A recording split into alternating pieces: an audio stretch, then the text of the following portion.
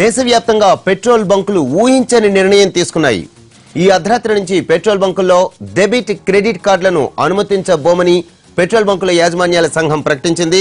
Card payments పై petrol 1% tax ను petrol డీలర్ల నుంచి వసూలు చేయాలని బ్యాంకులు నిర్ణయించడంతో ఆగ్రహం వ్యక్తం చేస్తున్న పెట్రోల్ బంకుల డీలర్ల యాజమాన్యాలు ఈ నిర్ణయం తీసుకున్నాయి.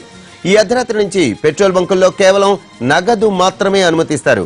ప్రస్తుతం డీజిల్ పై 2.5%, పెట్రోల్ పై 3.2% డీలర్లకు కమిషన్ రూపంలో వస్తోంది. ఇందులో నుంచే 1% ట్రాన్సాక్షన్ వసూలు చేయాలని నిర్ణయంపై డీలర్లు ఆగ్రహంతో ఉన్నారు. సేవా రుసుము నిర్ణయాన్ని తక్షణం ఉపసంహరించుకోవాలని డీలర్ల సంఘం డిమాండ్ చేస్తోంది. కార్డుల చెల్లింపులపై వసూలు చేయాల్సిన అదనపు ఛార్జీలను తమ ఖాతా నుంచే డెబిట్ చేయటాన్ని డీలర్లు వ్యతిరేకిస్తున్నారు.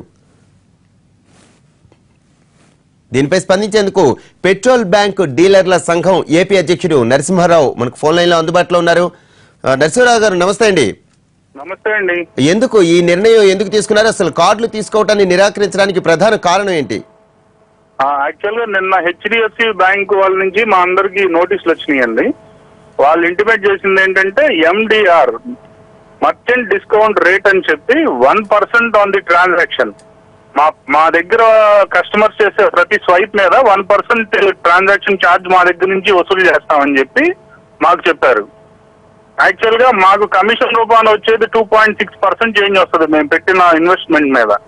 దాంట్లో 1% వాళ్లే తీసుకుంటే బ్యాంక్ వాళ్ళు, మేము ఎదురు నష్టపోతాం మాకు వచ్చేది పోగా. దాని నిమిత్తం మేము కఠిన చర్యలు తీసుకోవాల్సిన పరిస్థితి ఏర్పడింది. లేకపోతే మా యూనియన్ మా బంకులు మనుగడే కష్టమైపోతాయి రాను కాలంలో. కానీ నరసింహారావు గారు, ఇప్పుడున్న పరిస్థితుల్లో దేశంలో మొత్తం అంతా కూడా ఆన్లైన్ ట్రాన్సాక్షన్స్ జరగాలి, ఎవరి దగ్గర కూడా మనీ పూర్తి స్థాయిలో అందుబాటులో లేదు అన్న ఈ తరుణంలో ఇలాంటి నిర్ణయం ప్రజలకు చాలా కష్టమైంది కదా? ప్రజలకు కష్టమైందండి, కానీ మేము బంకులు మూసేసుకునే స్టేజ్ ఉన్నప్పుడు ఇంకా ప్రజలకు మేము సర్వీస్ చేయలేకపోతాం కదండి. అది మా మెయిన్ ప్రాబ్లం అండి. ఎందుకంటే ఫర్ ఎగ్జాంపుల్ మేము 2 లక్షల రూపాయలు రోజుకొచ్చి ట్రాన్సాక్షన్ చేస్తున్నామండి కార్డ్స్ మీద. ఆ లెక్కన 2,000 రూపాయలు రోజుకి కట్ అయితే మాకు నెలకు తిరిగేసరికి 60,000 రూపాయలు మా జేబులో నుంచి వెళ్తున్నాయండి. 60,000 రూపాయలు మా దగ్గర నుంచి వెళ్ళిన తరుణంలో మేము ఇంకా కస్టమర్స్కి ఏం సేవ చేయమంటారండి? అందుకని కేవలం మేము చేస్తున్నాం. మేము ఫస్ట్ మోడీ గారు చెప్పిన దగ్గర నుంచి క్యాష్లెస్ ట్రాన్సాక్షన్స్ ఎంతో ప్రాధాన్యం ఇచ్చి మేము సైనికుల్లాగా పనిచేసాం 365 రోజులు 24 గంటలు. కానీ ఇప్పుడు మా మీదే ఇంత ప్రాబ్లం చేస్తే బ్యాంక్స్ చర్యలు తీసుకోకపోతే గవర్నమెంట్ మా మనుగడ కష్టం అయిపోతుంది. అందుకని మేము ఈ కఠిన నిర్ణయం తీసుకున్నామండి.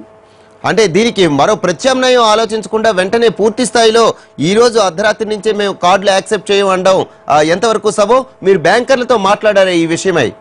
బ్యాంకర్లతో మాట్లాడండి. వాళ్ళు ఏంటంటే పలానా జీవో నంబర్ అని ఒక జీవోని స్టేట్ చేస్తున్నారు, కానీ ఆ జీవోలో ఒరిజినల్ గా క్లాజ్ లేదండి.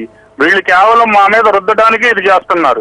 ఒక్క రోజులో 1,000 రూపాయలు ఒక్కొక్క బంకు నుంచి అయితే 54,000 చిల్లర బంకులు ఉన్నాయండి దేశం మొత్తం మీద.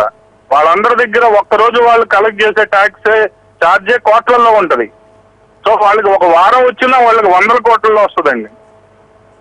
అది మా ప్రాబ్లం. అంటే కేవలం హెచ్డిఎఫ్సి బ్యాంక్ నుంచి మాత్రమే మీకు ఇటువంటి ఇది వచ్చిందా, లేకపోతే అన్ని బ్యాంకులు కూడా ఇదే నిర్ణయం మీద ఉన్నాయా? నెక్స్ట్ అన్ని బ్యాంక్స్ ఫాలో అవుతున్నాయండి. ఇవాళ సండే కాబట్టి ఇది రాలేదండి, రేపటి నుంచి అన్ని వస్తాయండి. యాక్సిస్ బ్యాంక్ కూడా వచ్చింది ఆల్రెడీ. అంటే దేశవ్యాప్తంగా చేస్తున్నట్లుగా ఎలా తెలియజేశారు ఏంటి? అంటే మీ సంఘం ఇంకా ఎటువంటి నిర్ణయాలు తీసుకుంది, లేదా గవర్నమెంట్ అధికారులతో ఏమైనా మాట్లాడడానికి సిద్ధపడుతున్నారా?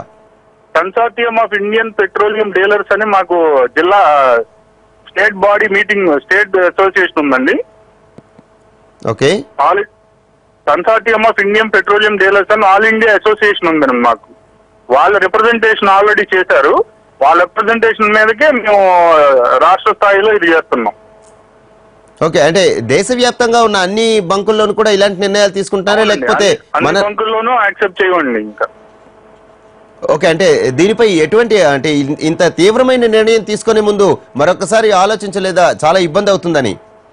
లేదండి, మా జేబులో నుంచి డబ్బులు పోతే మేము మా పెట్టుబడి మా పిల్ల బతుకులు మేము అన్ని ఎలా చేయాలండి?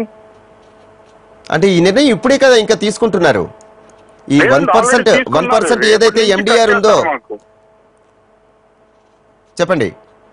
రేపటి నుంచి ఆ అమౌంట్ కట్ చేస్తారండి మా దగ్గర నుంచి. ఆల్రెడీ 0.75 అమౌంట్ కట్ చేస్తున్నారు మా దగ్గర నుంచి. అది ఇంతవరకు మా కంపెనీ వాళ్ళు మాకు జమ చేయలేదు. ఇప్పుడు ఫ్రెష్ గా 1% అయితే 1.75% మాకు అలా కట్ చేస్తే మాకు వచ్చే 2.6% లో మేము జీతాలు ఇవ్వగా మాకేం మిగలదండి, జీరో.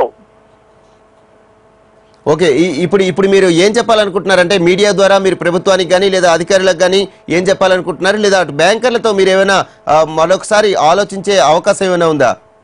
బ్యాంకర్లకు మేము ఆల్రెడీ ఇచ్చామండి రిప్రజెంటేషన్, కానీ వాళ్ళు వెనక తగ్గట్లేదు.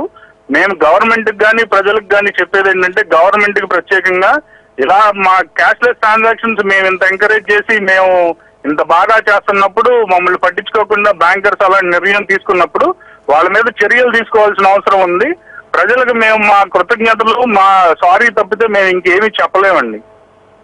అంటే మీరు బ్యాంకర్లతో మరొకసారి మాట్లాడే ప్రయత్నం చేయొచ్చు కదా అని చెప్పి ప్రజల తరఫున మీడియా కూడా మిమ్మల్ని కోరుతోంది. అవునండి, మేము ఆల్రెడీ మాట్లాడామండి, వాళ్ళు తగ్గట్లేదండి ఆ విషయంలో. మేము చేయము, మేము ఆర్బీఐ గైడ్ లైన్స్ ఉన్నాయి, అవి ఇవి ఉన్నాయి, వాళ్ళు మాట దాటేస్తున్నారండి. కానీ నిజంగా ఆర్బీఐ గైడ్ లైన్స్ లో ఇట్లాంటి నిర్ణయాలు ఉన్నాయంటారా? లేదండి, వాళ్ళు కఠినంగా కావాలని చేస్తున్నారండి. ఓన్లీ ఫర్ ప్రాఫిట్ గెయిన్ వాళ్ళు చేస్తున్నారండి. ఇదివరకు మాకు పిఓఎస్ మెషిన్లు ఇచ్చేటప్పుడు మాకు ఎదురు కమిషన్ లో డబ్బులు ఇచ్చారండి. ఓకే, అది క్యాష్లెస్ ఎంకరేజ్ చేసేటప్పుడు. ఇవాళ మా దగ్గర నుంచి డబ్బులు తీసుకుంటున్నారండి వెనక్కి. ఓకే, అంటే ఇప్పుడు కార్డు స్వైప్ చేయటం ద్వారా ఎవరైతే పెట్రోల్ పోయించుకుంటున్నాడో ఆ వినియోగదారుడికి కూడా డబ్బులు కట్ అవుతున్నాయి కదా? అవునండి, వాళ్ళకి కట్ చేస్తున్నారు, మాకు కట్ చేస్తున్నారు. అంటే ఈ అమౌంట్ అంతా కూడా పూర్తిగా ఏ బ్యాంక్ కార్డు యూజ్ చేస్తున్నా ఆ కార్డుకే వెళ్తుందంటారా? మొత్తం అండి వాళ్ళకే వెళ్తుంది. సర్వీస్ ఛార్జ్ కింద కొంత ఛార్జ్ చేస్తున్నారు, ఎండిఆర్ అని ఇప్పుడు కొత్తగా మా దగ్గర 1% ఛార్జ్ చేస్తున్నారండి. రైట్, థ్యాంక్ యూ నరసింహరావు గారు. దేశవ్యాప్తంగా పెట్రోల్ బంకులు ఊహించని నిర్ణయం తీసుకున్నాయి.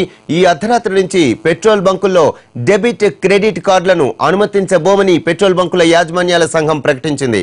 కార్డు పేమెంట్స్ పై పెట్రోల్ 1% ట్యాక్స్ ను పెట్రోల్ డీలర్ల నుంచి వసూలు చేయాలని బ్యాంకులు నిర్ణయించడంతో ఆగ్రహం వ్యక్తం చేస్తున్న పెట్రోల్ బంకుల డీలర్ల యాజమాన్యాలు ఈ నిర్ణయం తీసుకున్నాయి. ఈ అర్ధరాత్రి నుంచి పెట్రోల్ బంకుల్లో కేవలం నగదు మాత్రమే అనుమతిస్తారు.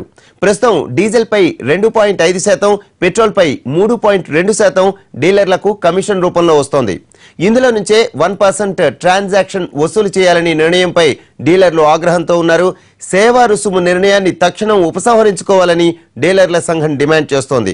కార్డుల చెల్లింపులపై వసూలు చేయాల్సిన అదనపు ఛార్జీలను తమ ఖాతా నుంచే డెబిట్ చేయటాన్ని డీలర్లు వ్యతిరేకిస్తున్నారు. పెట్రోల్ డీలర్ల సంచలన నిర్ణయం వినియోగదారులపై పడబోతోంది.